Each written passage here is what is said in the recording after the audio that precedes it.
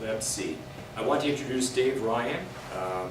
You all have his bio, but I'm going to read it anyway because that gives me something to do. Dave Ryan, a Butte resident, is a mechanical engineer offering independent contractor services to a wide range of clients, including agricultural producers. He has been involved with energy efficiency and renewable energy projects, programs and policy for over 22 years, working on renewable electric generation projects from less than 1 kilowatt to 135 megawatts capacity. He has performed hundreds of energy audits, saving millions of kilowatt hours of energy. Dave's career includes working as a maintenance engineer in large surface coal mines, to energy conservation projects for the Montana Power Company and Northwestern Energy, including developing the first renewable energy program for Montana Power. Along with developing conservation and distributed energy projects, Dave also does pre-development work on large-scale wind projects. Dave is a founding member of the Montana Renewable Energy Association and has received the Northwest Energy Coalition's Conservation Eagle Award and the AERO Sustainable Energy Award. When we were talking about what we should have during our energy track, Dave said, you know, we really need to start with first things first, and that is conservation and efficiency, and we all agree that that's a critical thing to talk about. And so we're very glad that Dave is here to address that and talk with you about that fundamental issue. The talk is Energy 101, first things first. So it's hopefully going to start out with some very basic ideas. You know, we're just going to talk about what energy is. We're going to talk about how much energy we use, okay, which is kind of amazing if you think about it. Say, why do we save energy, or why save energy? Okay, there's compelling reasons why we should not bother to save energy, and I'll show you. It's just one slide, and then we're going to just some very basic concepts on how to save energy. Okay, I'm not going to sell light bulbs. I'm not going to sell boilers. It's more the conceptual basis for how we can save energy. So what is energy? Okay, we talk about energy and sources of energy, and we've got a coal-fired power plant, we got a gas plant, we got a wind farm, solar electric maybe. But fundamentally, energy is the ability to do work. So that's basically a definition. It comes in a lot of different forms. Okay, we've got thermal energy, light energy, motion, electrical, chemical, nuclear, we can't forget that, gravitational, okay? So all these are energy forms, and all of these energy forms, they're all apples to apples, okay? So energy in one form can be transformed into energy in another form, okay? Which is very crucial idea. Okay, we can store energy. We have different ways to store it. We can store it in springs. We do this all the time. If some of us might remember having a watch that we wound up. Okay, and we put the energy into the spring for the watch to run on. We use a lot of springs to save energy. Mostly these are very fast responding energy storage and depletion. We can store electrical energy, and we can store these in batteries. We can store it in capacitors. So there's a couple of different electric devices that we can use to store energy. By the way, I think the group is small enough, and I probably have enough control over you guys. You can just fire a question, anytime. Okay. So we do use batteries. Everyone knows and loves batteries, from the little ones that babies can eat, and all the way up to, we have some very large batteries.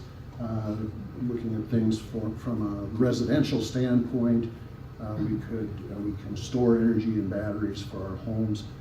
When it gets to the point where we are storing energy on a utility scale, then we want to store it using weight.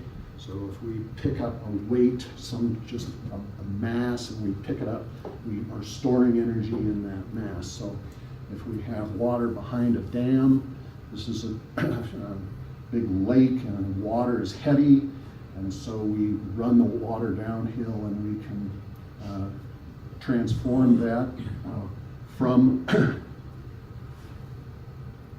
potential energy into kinetic energy. So kinetic energy is energy in motion. So if we have a moving mass, this is like our car, okay, we've burned something or we use some electric energy and we get our car going, well now we have a moving mass. Electric current, electricity, I always tell people I hate the word electricity because there's no such thing as electricity. There's electric current, electric voltage, electric power, electric energy. There's no such thing as electricity. It kind of bugs me. Chemical reactions, and I put a little explosion down there. So the good news is, again, we can convert any form of energy into another form of energy. Okay? So these are all apples to apples. The bad news is, anytime we convert from one form of energy to another form of energy, we have losses. Okay, so these are laws of thermodynamics. The first law of thermodynamics is you can't win. Okay? The second law of thermodynamics is you can't even get even. Okay, so there's always losses. So we talk in terms of energy units, how we're going to measure energy, and everyone is familiar with calories. Okay? Anybody on a diet? You recognize this nutrition label, and the first thing on a nutrition label is how many calories there are in a serving. Okay? So what is a calorie? A calorie is the amount of energy it takes to raise a kilogram of water, a little over 2 pounds of water, 1 degree Celsius. Okay, that's what a calorie is. So another energy unit that we talk about is a British thermal unit. So a British thermal unit is about as much energy as there is in a kitchen match. If you burn the kitchen match all the way, that's about a BTU. And this is what I heard. I read it on the internet. It kind of was cool. So British thermal unit is defined to be the energy raise a pound of water 1 degree Fahrenheit. Okay. Is that an English pound or? A pint's a pound the world around. The sun never sets on the British Empire. Okay. So a pint of water weighs a pound. Okay. So yes, that's English pound. So these are apples to apples. Calorie is about 4 British thermal units. So when we talk about food calories, how much it takes to keep us alive. I put 2,000 calories on here. In the United States, I think we're more like 2,700, but 2,000 is probably enough to keep us alive. Okay. So there's about 4 BTUs in a calorie, so we need about 8,000 BTUs per day just to stay alive, to maintain our bodies. Another unit is a watt hour, okay? And I pick on electric energy because it's, for one thing, electric energy is, we can use it for many, many, many different things. Okay? It's very versatile. We don't just use it for heat. In fact, electric energy is probably too smart to use for heat. We probably shouldn't use it for heat. But I pick on electric energy because it's kind of an easy thing to relate because we pay bills, and how we pay the bill We buy electric energy by the thousands of watt hours or kilowatt hours. Anybody hear of a kilowatt hour? Okay. You look at your bill. And we buy fuel, if we're on natural gas, we buy fuel by the hundreds of thousands of BTU. Anybody recognize this? Yeah. Everyone knows and loves these guys, huh? Okay, so this is a Northwestern Energy bill. Anybody on any other utility? Everyone's on Northwestern Energy? And who are we on? Mission Valley Power. Mission Valley, okay, so electric cooperative. Okay, so in Montana, we have 2 investor-owned utilities. Northwestern Energy has got most of Montana. Montana Dakota Utilities has a chunk, and then there are 26 different cooperatives. So they all have their own bills, but they all have the same kind of information on them. Okay, so you can look at your bill, and you will see a little. I just blew this up. It's not the same bill, but you'll have to forgive me for that. But it shows your electric usage in kilowatt hours in the last 13 months. Okay, so you can keep track of what you use by looking at the bill. Okay, it's not, people don't look at this stuff, they look at the dollars. Okay? They say, damn it, I gotta come up with $200. Okay? But they don't ever look at what is going on the bill. All this information is on the bill, and I just point out these 2 charts. Northwestern Energy provides electric energy, it provides natural gas. And so they put both these on the bill.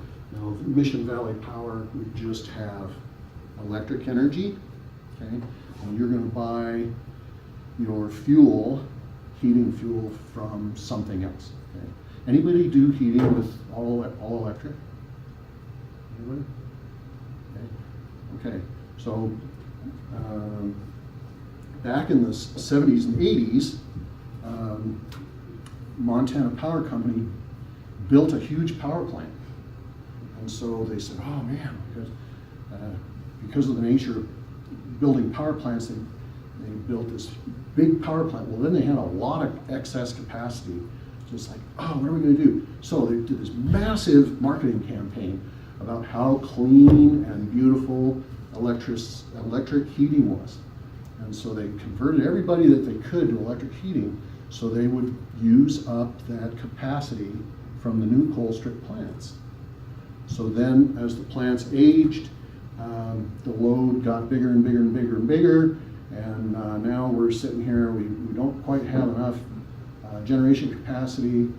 What do we do? And they say, well, we sell natural gas, so let's switch everybody to natural gas. So they did another huge marketing campaign, and they moved everyone off of electricity to natural gas for fuel.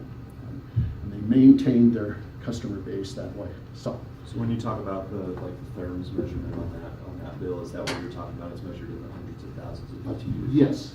So 1 therm is 100. 1 therm is 100,000 BTU. Yeah, so they used to sell in decatherms, which is 1 million BTU. 10 therms is a decatherm. Before that, they build in thousands of cubic feet. So a cubic foot was, I'll show it another. I'll just run through these here. Other fun energy units. Oops. Cubic foot of natural gas is a little over 1,000 BTU. So we used to get billed in terms of thousands of cubic feet. So 1,000 cubic feet was roughly 1 million BTU. So I'm not going to go into the weeds why we went to therm billing, but it's fundamentally because some places in Montana are lower altitude, higher altitude, might be colder someplace, might be warmer somewhere, and these influence the number of BTU in a cubic foot of natural gas. So they chose to bill just for the energy, not for the volume. Anyway, big numbers. 5.8 million BTU in a barrel of crude, so we talk in terms of millions of barrels of crude oil that we produce in the United States. Here's our favorite, ton of coal, almost 20 million BTU. Very high energy density.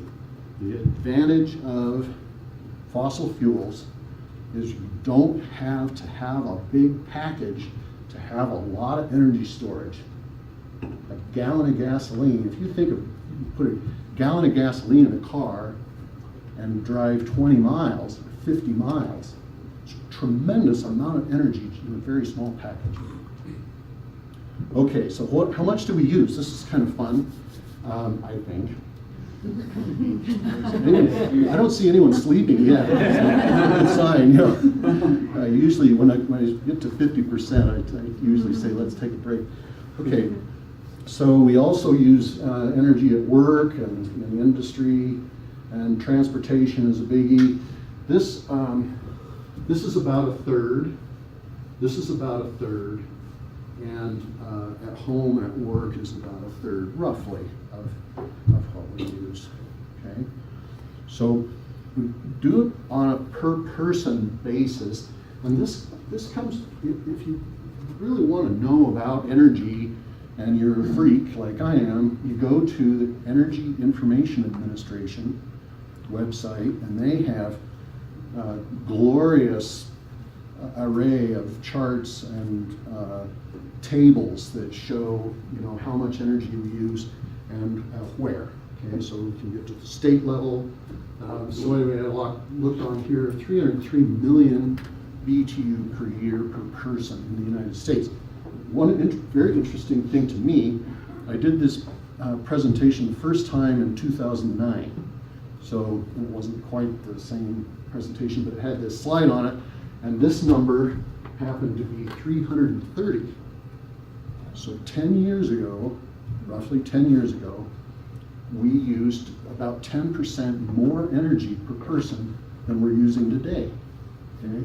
So for a guy who is an energy conservation freak, this is tremendous good news.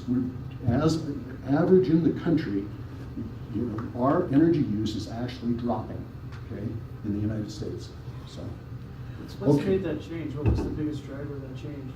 Okay, it's the efficiency in automobiles and the efficiency in commercial and industrial energy use. But was there, I'm sorry, was there anything we could point at, say, you know, the light bulbs, the CFLs and everything, the LED lights? Well, yeah, all of the above. Yeah, there's a lot of different technologies coming on. There's the standards for automotive efficiency have increased over time until very, very recently. And so all these things added together have made an impact. Okay. So divided that number by 365, say how many BTU per day we use. So, okay, we're going back to 8,000 BTU per day per person. So we use about 103 times as much energy as it takes us to survive, okay, in the United States. So, thinking about it this way, we each have about 103 slaves in the form of energy use that we use. So I bring this up because people say, well, you know, gosh, we're really efficient. You know, we don't really have any way to save energy. And I'm looking like, dude, we have 103 slaves. We should be able to figure out ways to not use that, okay? So here's the thing. Why should we save energy, okay? We can demonstrate our prosperity simply by using more energy. Using energy is a measure of a standard of living. So you say, people in the United States have a high standard of living, and we can tell that because they use a boatload of energy, okay? And the other thing is these fossil fuels, they're just there in the ground. Why not dig them up and burn them, okay? They're cheap. There's just, I mean, the cheapest of the cheap, and they're just lying there, so we should dig them up and burn them. So, okay. So I'm going to try to build the case for why we should save energy. And I start with environmental impact, and this is a woodcut from about 1870. And it demonstrates here a little town, and it's got some industry, and it's got a boat here out, a paddle wheel boat, and everything is emitting these plumes of coal smoke, okay? And the title of the woodcut is "We Are a Modern Society, and we're very well-to-do, and we've got plenty of energy." Okay, so talk about air pollution. Okay, so air pollution, sulfur dioxide. This is in all fossil fuels. All fossil fuels have a little bit of sulfur in there. So nature of where they resided underground. Is that resided? Is it resid? So anyway, sulfur dioxide. So sulfur dioxide, when we burn fuel, the sulfur goes up in the atmosphere and it mixes up with water, or actually water is in the products of combustion already, and so what we actually emit is not sulfur dioxide, but sulfuric acid, okay? So we've got sulfur dioxide mixed with water makes sulfuric acid.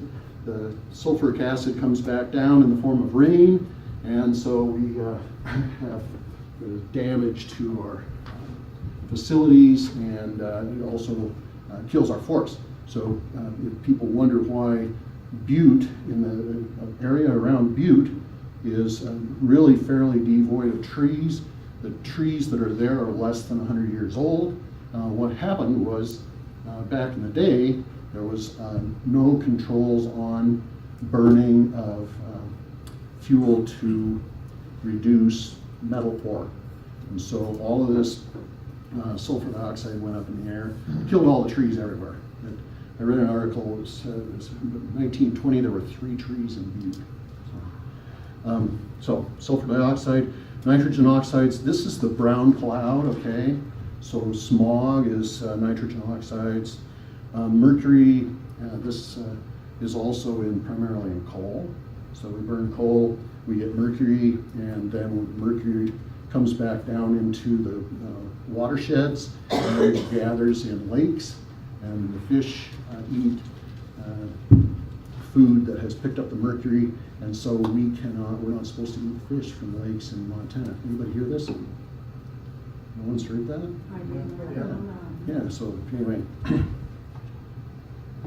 Carbon dioxide, of course, we're very concerned about climate change, and carbon dioxide is the biggest driver for climate change. And climate change, we enjoy things like beetle kill, seeing more severe weather, and then we have soot, which is another big driver for climate change. As industrial countries burn coal, and this makes soot.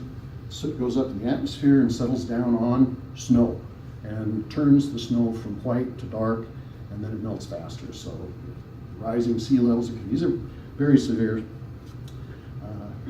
impacts. So we also get water pollution, heat rejection from cooling power plants. So fossil fuel power plants all need to be cooled, okay? And so a lot of times we just pump water out of a river or a lake and run it through the power plant and then put it back in the lake. And I went swimming in one of these lakes. It's very pleasant to swim in because it's nice and warm, but it's hard on the fish and plants and things. So. And one of my favorites is saline discharge from coal bed methane. So we go and we get methane out from fracking and from coal beds, and the water comes out with it. So the water then is discharged into the rivers, and the rivers get salty, okay, which is tough on things. Oil spills from tankers, yeah. It turns out that the biggest source of pollution in the ocean near the shores is from tankers and recreational boats. Okay. There's mercury again. Other environmental impacts, this is a couple of pictures of the production of tar sands. Can anyone hear of tar sands? Okay, tar sands are, they're big in Alberta. This is in Alberta. And so they basically go in and scrape off the top of the soil, and then they dig out the tar sands, and this is what's left. Okay, so we have other mining impacts as well. Here's some other pictures of oil and gas field roads. So we're seeing a lot of these. I work in wind development, and but I have to be fair. So I say, well, all this fossil fuel stuff is terrible, but we put up large wind electric generation facilities, and then we get to look at the wind turbines. Okay, and it's the biggest barrier to wind development is the visual impact. Okay? Because no one wants to look at those damn things; they're ugly. Okay. One thing that we need to remember about these fossil fuels is the fossil fuels are very valuable, and if we just dig them up and burn them, they're gone. Okay, and this is a finite resource. Everyone knows it's a finite resource. So when it's gone, it's gone. And we use this stuff for all kinds of things that is not burning it up. Okay, a tremendous use of plastics and industrial materials that are where we need those fossil fuels. And if we just burn them up, they're not going to be there. So then probably the reason that everyone came to this talk was this is the reason that we want to save energy. Okay, because we want to save energy, we want to save money. Okay, gosh, this $200 power bill is just terrible. So so now I want to talk about how.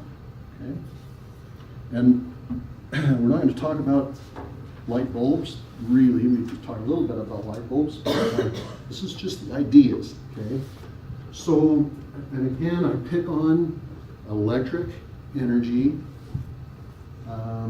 because it's kind of easy thing to get the concept of power and energy a little easier than it is for a fuel. Okay. So we pay for a kilowatt hour on our bill. The kilowatt hour is energy. So this is energy, but the power, and we call the thing a power bill, right? Do we call it an energy bill?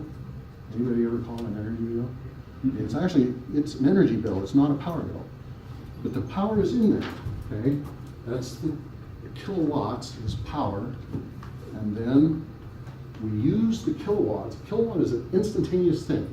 So if your light bulb or if your electric furnace or if your motor needs a kilowatt, it has to have the kilowatt all the time, okay? Whether it's on for a second or if it's on for all 8,760 hours a year. So energy is that power times the time that it's used. Okay, so it's not really a power bill, it's an energy bill, but the power is in there. Anybody commercial? Okay, so you get a power bill. Okay, so this is basic. This is really basic. So I just stick with energy, but commercial facilities, irrigators. Okay, so commercial, irrigation, industrial. There's another part of the bill where you get to pay for power. Okay, and that's called demand. Okay, and people hate the demand, right? The demand charge is like, oh man. Okay, but we're not. We can talk about that offline. So here's the idea. So there's two ways to conserve energy. You can cut down the power use. Okay, and this is the power use. We're going to squash this rectangle this way. And this is what efficiency is. People talk in terms of efficiency. So when we talk about efficiency, we're talking about this doing the same job using less power. Okay? So that's efficiency. The other way to do it is we're going to squash the rectangle this way by using the equipment for less hours, okay, for less time. Okay, so that's the way to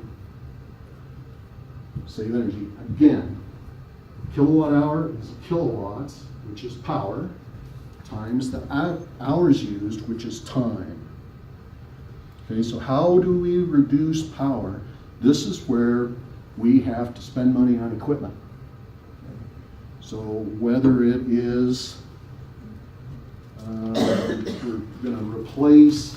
we're going to replace fluorescent or incandescent lighting. Anybody have incandescent lighting still? Yeah. I think everyone has at least one in their house, okay? At least one. Where's the one? Anybody? Well, one incandescent light bulb in the house, for sure. Oh, yeah. Okay, Yeah. it might be the refrigerator, Yeah. okay, The oven. but it's certainly the oven, okay? Because you don't want to have some electronic device in there getting baked all the time, okay? So we will see incandescent light bulbs in ovens probably forever, okay? Because that's appropriate use of that technology. But in many cases, incandescent light is basically a heater. So you hold your hand up next to an incandescent light bulb, or heaven forbid, touch it, and it gets burned. Okay, they're much better as a heater than they are as a light bulb. So it's fluorescent. Of course, these are full-size fluorescent light fixtures here. Everyone knows and loves fluorescents and little twisty compact fluorescents. Okay, yeah, we're past all that. Okay, because now we have light-emitting diode technologies, which far surpass the quality and efficiency of lighting equipment from fluorescent or incandescent. Okay. So we can replace old heating equipment with high-efficiency heating equipment. 1980s, 1990s, we had heating equipment that was about 80% efficient. In other words, 80% of the heat made it into the house, 20% of the heat went out the stack. Nowadays we have furnaces that are in excess of 95% efficient. So we can conserve that energy by installing more efficient equipment. So back to the idea, kilowatt hour is a kilowatt of power times hours used. How do we reduce the hours? Okay. So this is the part that doesn't cost as much money. This is cheap. So you can install controls on equipment. So if we control the lighting in this room, we have a switch, and it's sometimes very difficult to convince people that the switch goes off as well as on. Okay, so when in doubt, shut it off. Okay, if you're not using it, shut it off. So this is controls. We have all kinds of different controls. Time clocks, photocells, occupancy sensors. Everyone knows and loves occupancy sensors. We're not going to get into the weeds of occupancy sensors, but they're tricky. Okay, but we use them a lot. Irrigation, we can put a moisture sensor on an irrigation system, and the moisture sensor will tell the irrigation system, no, we've got plenty of water, we don't have to turn on. Okay? So that shortens the number of hours that the irrigation system runs. So irrigation, we can put a more efficient pump on, or we can control it with moisture sensors. The biggest thing is to change our habits. This doesn't cost anything. If we just become more aware of when we run energy using equipment then we can shut it off and cut those hours back, okay? Doesn't cost anything. And it's always amazing to me how significant that is. I'd say in an energy audit, I can go in and I can put in more efficient equipment in a facility and cut the energy use by 30%.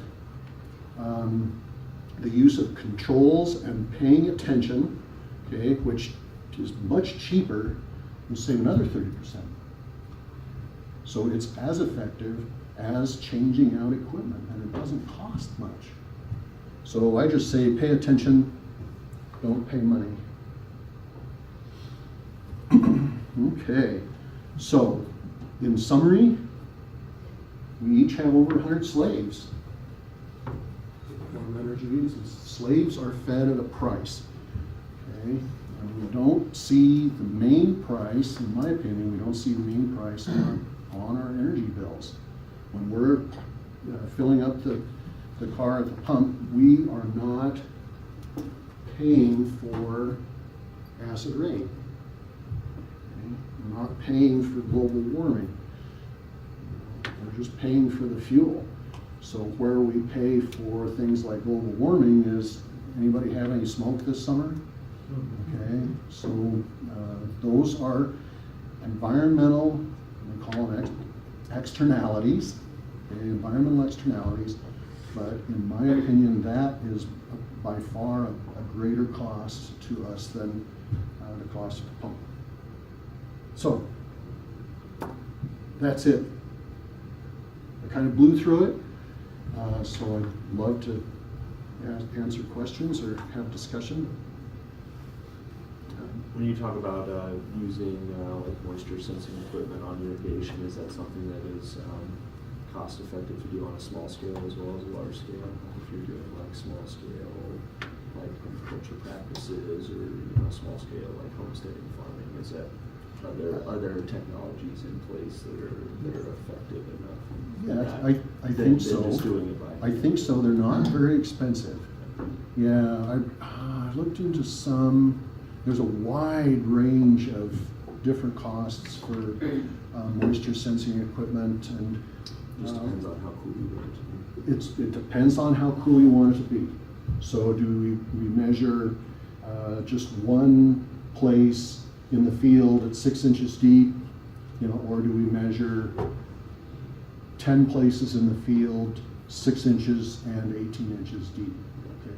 Then do we buy a data logger that says, this is the trend of moisture levels in the soil over time, and chart out a nice little chart and maybe send it wirelessly to the computer? So the sky's the limit. You're only limited by the size of your checkbook. But the basic controls, if you want a sensor that has a readout that you walk out and look at and say, oh, I'm going to turn on my irrigation system, you do it for $10. So it's wide variety of colors and sizes. Yeah, Mark? Dave, you do a lot of audits on farms and ranches. Where do you see the biggest savings when you do those audits? Well, I work a lot with Hooterite colonies, and so Hooterite colonies have animal barns, and the animal barns all have lighting systems and fan systems, heating systems, and so most of the investments that are made are in lighting, high efficiency lighting. I also do a lot of irrigation audits, and the kind of measures that come out of that are actually increasing mainline sizes, okay, because we have a big pump and it's trying to push water through a small pipe, and so it's a lot of losses. And so we put in a bigger pipe, and not only do you actually get the water that you're supposed to get, but you also cut your energy use. So I would say probably the first measure is lighting, and after that, probably irrigation efficiency. Yeah. New pumps get worn out. You know, we're pumping water out of a ditch or out of a lake, and there's dirt in it. Okay, so after a while, the pump gets worn, and the pump impeller is no longer the size that it says on the catalog. It's a little smaller, so there's more water bypassed inside the pump, and it's just not putting out the volume. Yeah. So there's some. Yeah, I'd say that's probably it. Okay. Yes. In your experience with your energy audits, what's the cost versus savings value of insulating and air sealing an old house? So you can only talk in terms of maybe percent, or this is better than that, or this is more cost effective than that. You know, I'm burdened with being an engineer, so we're kind of saddled with talking about specifics, so I'm going to try to avoid that. So by far the most cost effective thing is air sealing.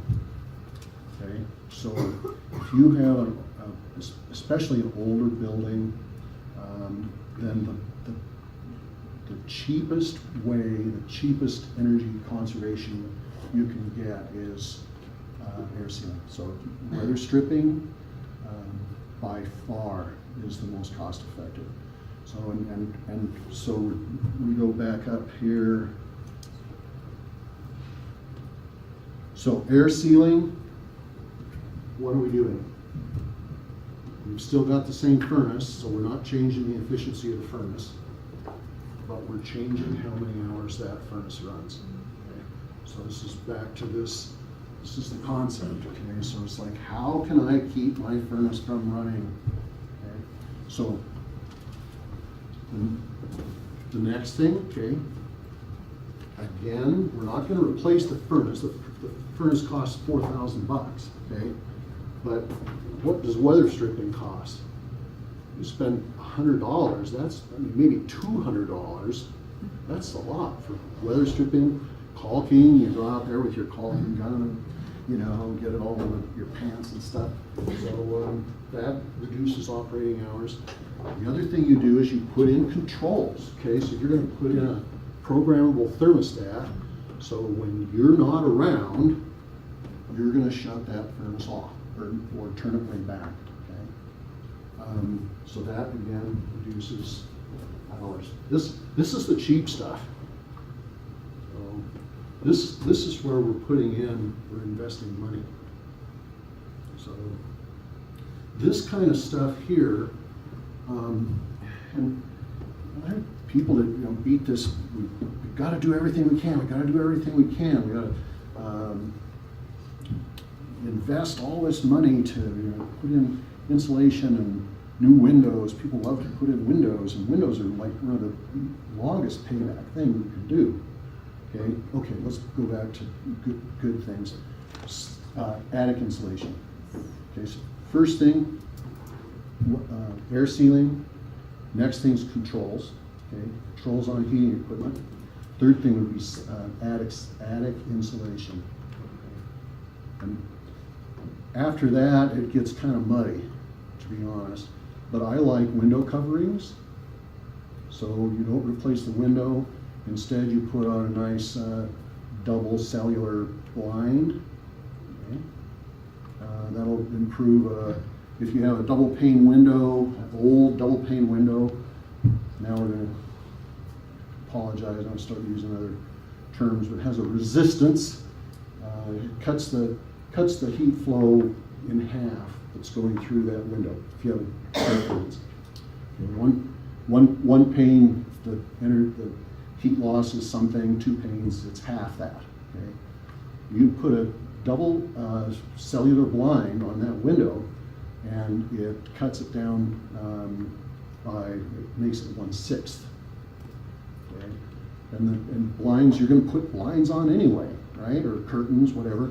So instead of getting really light, filmy ones that are, you know, really sexy and everything, you get these clunky lines, you know. Two questions about Okay. lines. In order to get that thermal benefit, how closely does it have to seal around the edges? We And want it then to seal. The opposite of that is the condensation. Yeah, we want it to seal. I don't know if we've got a marker or anything here. In very broad terms, we want it as close as we can get. Mhm. Okay, so, and if you can, we want to present the air with a tortuous path. So if we have a window here, then we have the blind should come as close to the window as you can without touching the window. Okay, and likewise, you know, here's the window.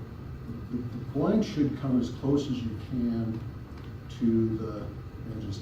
Anyone ever remember something? Let me think what it was called. Help me. These blinds that actually ran in tracks. Okay, and these were big. More windows, is that? I can't think of what they were called. Wilbur. What were these called? I can't remember.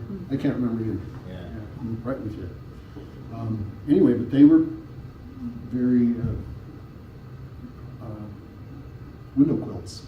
Okay, so and they're very effective, but anyway, these things are only effective when they're closed. The thing about air by the window is cold. Let's just talk about we're in Montana, it's wintertime. Same thing works in heating, but it's kind of backwards. Okay, so the air out here is cold, and so it cools the air on the inside. Cool air is more dense than warm air, and so as this air in here is cooled, it starts going down like this, and it comes out the bottom. Okay? And so more warm air comes in the top, and so then you have this convection here. It's constantly cooling the room, and if you're sitting here, here's your chair, okay, and you're sitting here, then you're sitting in this cold. So it's worse than where the thermostat is, which is hopefully in a place where this doesn't affect the thermostat. Okay, so if you improve the efficiency of this window, you make yourself more comfortable, and it shows up at more effect than just what you see on your bill. And then the condensation issue. Okay, first of all, if you have double pane windows and you have a lot of condensation, then you might have a backdrafting problem. So backdrafting is where your house is very tight. Okay, we've done this weather sealing, right?